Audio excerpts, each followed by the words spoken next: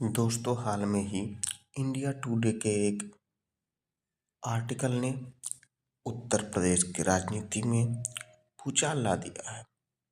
दरअसल उन्होंने एक आर्टिकल छापा जिसमें गांधारी की शराब का जिक्र करते हुए समाजवादी पार्टी के पतन का एक सुनहरा आर्टिकल लिखा गया, जिसमें यह दिखाया गया कि किस प्रकार से गांधारी का शराब आज भी यदुवंश के विनाश का मूल कारण है।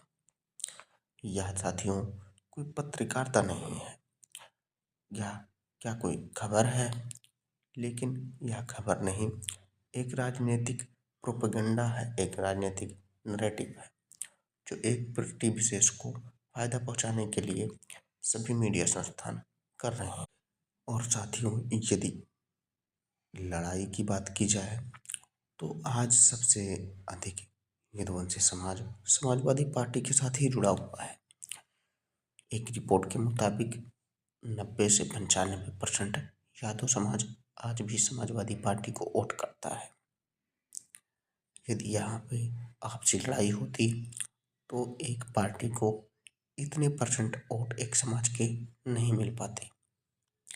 वहीं दूसरे समाज के लोग हर समाज में, हर पार्टी में अलग अलग बटे हैं। कहीं 2% लोग दे रहे हैं, कहीं 4% लोग दे रहे हैं, 50% लोग दे रहे हैं, लेकिन यादव समाज मुख्य रूप से एक ही पार्टी के साथ जुड़ा हुआ है और वह समाजवादी पार्टी को ही वोट कर रहा है।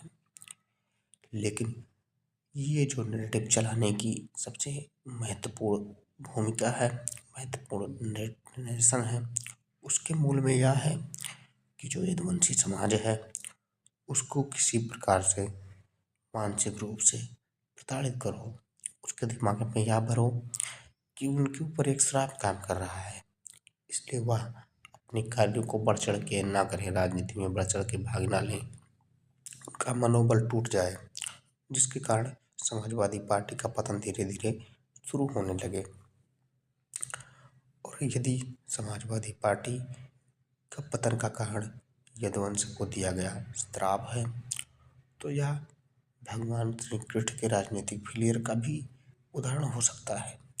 लेकिन उन्होंने जब भी यदुवंश को बचाने के लिए जो राजनीतिक चाल चली थी, उन्होंने अपने मित्र अर्जुन के साथ यदुवंशी समाज को और उनके बाल बच्चों और स्त्रियों को एक ऐसी सुरक्षित जगह पे पहुंचाने का काम किया था जहाँ पे किसी भी प्रकार का कोई व्यक्ति उनको कोई हानि न पहुंचा सके।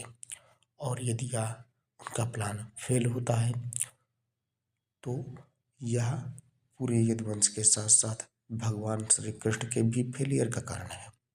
और वह अगर आज भी फलित हो रहा होता तो यदुवंशी समाज आज से इतनी संख्या में पूरे भारत में नहीं होते। और यह एक समाज का नहीं बल्कि भगवान श्री कृष्ण के साथ साथ पूरे हिंदू समाज का भी अपमान है। इसलिए इंडिया टुडे ने जो अपनी मैगजीन का पोस्टर को डिलीट किया है, उससे काम नहीं चलने वाला है। उनको सामने आके पूरे यदुवंशी समाज से तथा हिंदू समाज से माफ़ी मांगनी चाहिए, तब जाके कहीं उनके पापों का प्रायश्चित हो सकता है। क्योंकि जिसकी रक्षा करने के लिए भगवान श्री कृष्ण ने स्वयं जिम्मा लिया हो, उसका विनाश कोई कैसे कर सकता है। यहाँ पर आपने प्रश्न चिन्ह केवल यदुवंशी समाज पे नहीं, समाजवादी पार्टी पे नहीं, अभी तो पूरे भगवान श्री कृष्ण पर लगा दिया है कि वो अभी अपने राजनीति में फेल हुए हैं। अगर ऐसी बात है तो यह आंदोलन आगे जारी रहेगा और इंडिया टुडे को इसका भारी नुकसान झेलना पड़ेगा।